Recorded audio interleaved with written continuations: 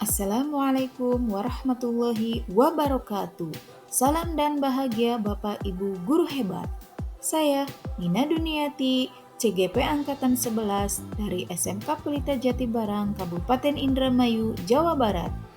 Pada kesempatan kali ini, saya akan memaparkan demonstrasi kontekstual modul 1.4 tentang budaya positif.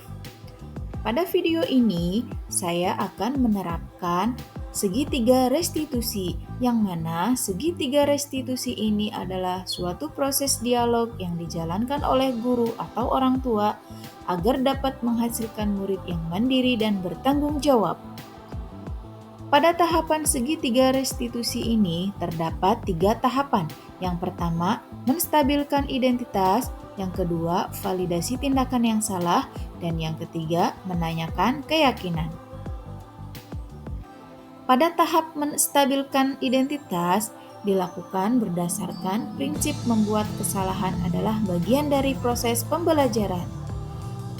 Kemudian, menggeser identitas gagal ke identitas sukses.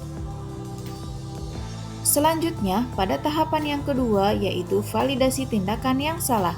Dilakukan berdasarkan prinsip setiap perilaku berupaya memenuhi suatu kebutuhan tertentu.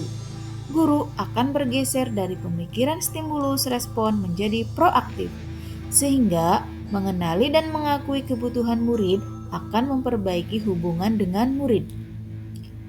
Selanjutnya, tahapan yang ketiga yaitu menanyakan keyakinan. Murid akan diberi pertanyaan-pertanyaan bermakna untuk memunculkan motivasi secara intrinsik, sehingga mampu mengaitkan keyakinan dengan tindakan yang salah. Kasus yang pertama, Janeta tidak terima ketika ada salah satu teman di kelasnya tidak melaksanakan piket. Sebut saja namanya Gio. Ia marah dan tidak dapat menahan emosinya karena Gio seringkali tidak melaksanakan piket. Janeta marah dan menggebrak meja dengan sapu. Berikut adalah skenario penyelesaian masalah menggunakan segitiga restitusi.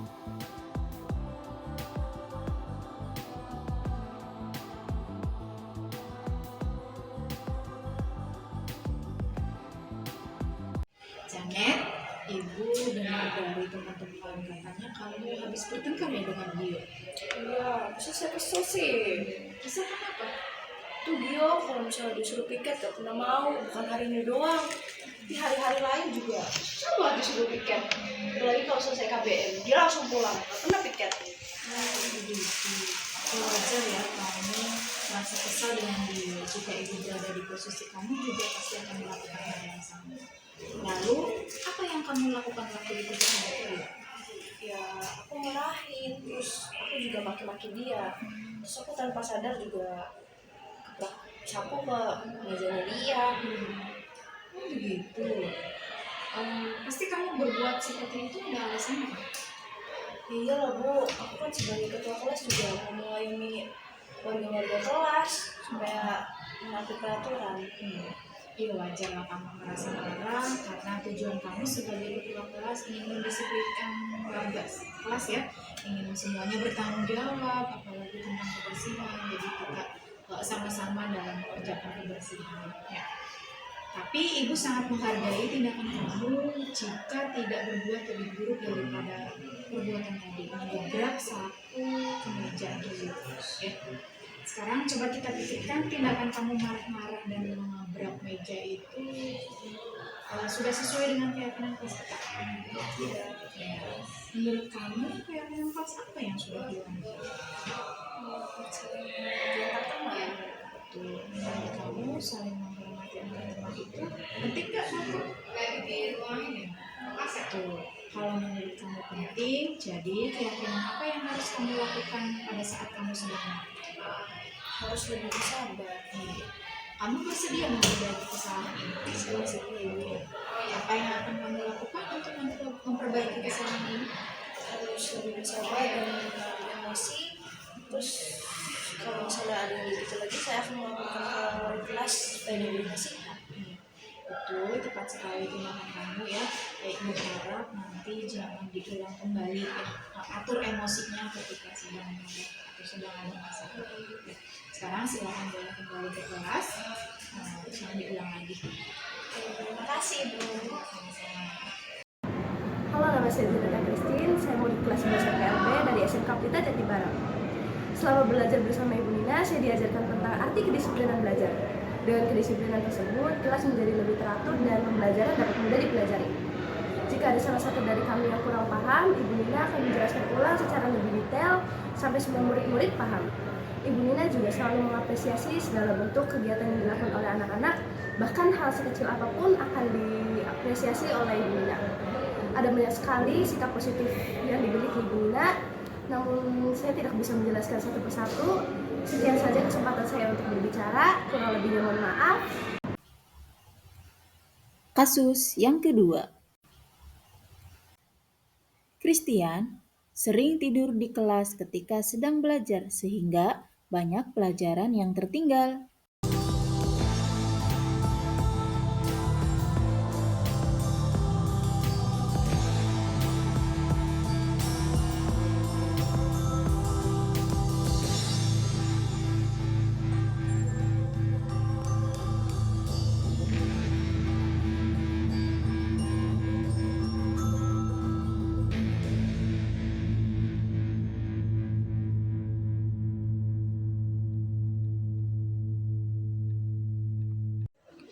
Christian, Ibu panggil ke sini. Christian, tahu ada masalah apa?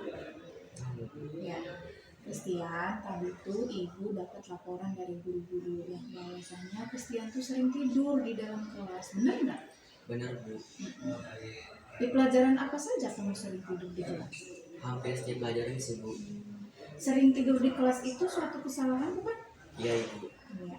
Baik Christian, berbuat kesalahan itu manusiawi ya. Setiap orang pasti pernah melakukan kesalahan. Yang terpenting kita bisa belajar dari kesalahan tersebut dan berusaha untuk memperbaikinya. Setuju? Setuju Bu. Christian, sekarang kita akan cari solusinya bersama ya. Iya Ibu. Ya. Baik Christian, sering tidur di kelas, pasti kamu punya alasannya. Kok sering tidur di dalam kelas? Karena saya sering begadang sambil bermain HP, jadi saya merasa saya kurang tidur. Iya. Kamu tahu keyakinan kelas yang sudah kita sepakati waktu pertemuan sebelumnya? Tahu?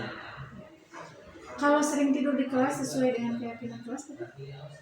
Enggak. Ya. Nah, menurut kamu keyakinan kelas apa yang sudah dilanggar? Tentang kedisiplinan belajar sih Bu. Iya. Menurut kamu disiplin belajar itu penting? Penting sih Bu, karena membuat saya jadi lebih paham tentang pelajaran yang sedang diajarkan oleh guru di depan kelas dan menghargai guru yang sedang mengajarkan. Betul. Disiplin belajar itu penting ya, karena apa, kita jadi paham mengenai apa pelajaran apa yang sudah diberikan sama guru. Kemudian kita bisa saling menghargai antar teman yang ada disiplin.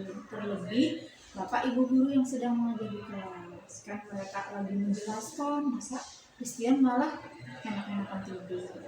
Ya Ibu, saya menyesal dan saya meminta maaf atas perbuatan buruk Christian Bu.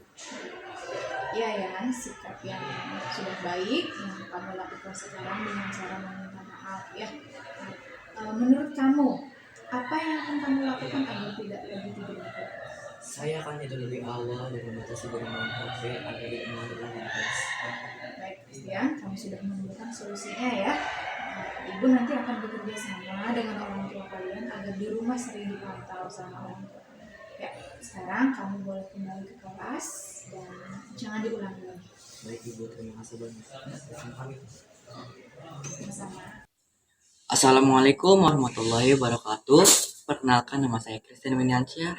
Saya salah satu siswa dari kelas 11 MPLB. Saya bersekolah di SMK Pelita Jatibarang. Di sini saya adalah salah satu murid yang diajarkan oleh Ibu Nina. Ibu Nina mengajarkan saya tentang pentingnya kedisiplinan tepat waktu. Karena waktu yang terbuang salah satu adalah kerugian yang sangat besar untuk kita sendiri. Waktu adalah emas. Ibu Nina juga orang yang tepat waktu. Beliau juga selalu masuk di dalam kelas untuk mengajarkan ilmu kepada anak-anaknya. Materi yang diajarkan oleh beliau sangat detail dan jelas, di mana jika ada anak yang kurang paham tentang materi yang disampaikan oleh beliau, beliau selalu membantunya dengan cara menemukan solusinya.